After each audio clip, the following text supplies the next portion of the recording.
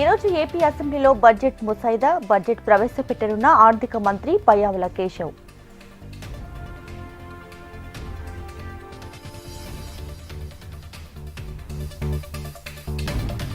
SLBC వద్ద కొనసాగుతున్న rescue operation 6 రోజులుగా లోపలే చిక్కుకుపోయిన 8 మంది కార్మికులు.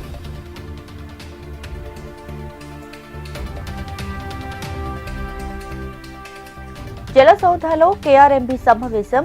ఇరు రాష్ట్రాలు త్రాగునీటికి ప్రాధాన్యత ఇవ్వాలని తీర్మానం.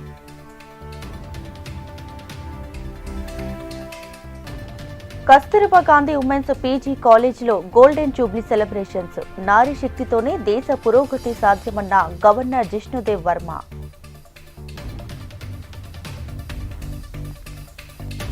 పోలీసుల విచారణకు సహకరించని పోసాని. 7 గంటల పాటు సాగిన పోలీసుల విచారణ.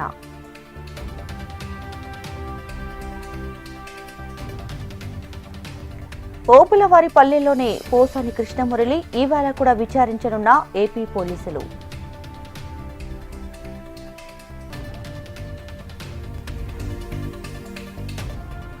మాజీ ఎంపీ గోరంట్ల మాధవ్కి పోలీసుల నోటీసులు. సోషల్ మీడియాలో అనుచిత వ్యాఖ్యలపై పోలీస్ చర్యలు.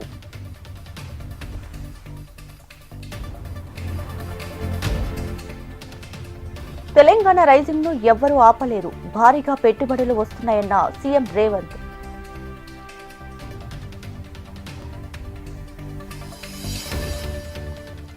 వెల్లువెత్తిన భక్తజనం. రథోత్సవం ఘనం. శ్రీకాళహస్తీశ్వరుని రథోత్సవ వైభవం.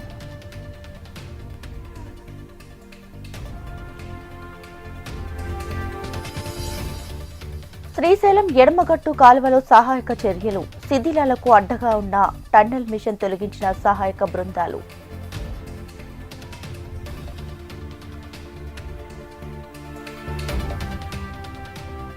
ఎస్ఎల్బీసీ వద్దకు రాజకీయం చేసేందుకే వచ్చారు. బీఆర్ఎస్ నేతలపై మంత్రి ఉత్తమ్ మండిపాటు.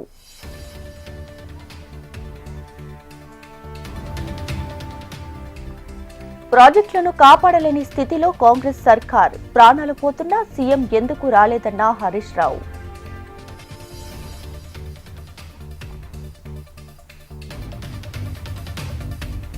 తెలుగు రాష్ట్రాల్లో ప్రశాంతంగా ఎమ్మెల్సీ ఎన్నికలు. మార్చి 3న ఫలితాలు వెల్లడించనున్న ఈసీ.